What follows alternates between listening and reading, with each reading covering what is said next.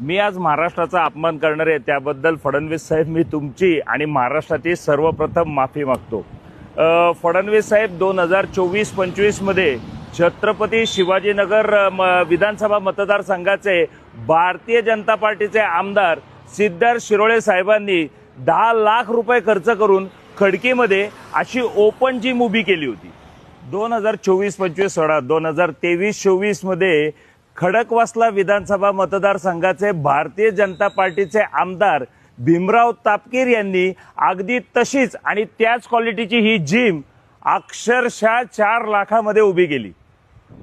2024-25 सोडा 2023-24 सोडा 2022-23 मध्ये कोथरूड विधानसभा मतदारसंघाचे भाजपचे आमदार चंद्रकांत पाटील साहेबांनी अक्षरशः तशीच्या तशा क्वालिटीची जिम उभी केली, ती पण फक्त आणि फक्त 4,21,00,000 रुपयांमध्ये।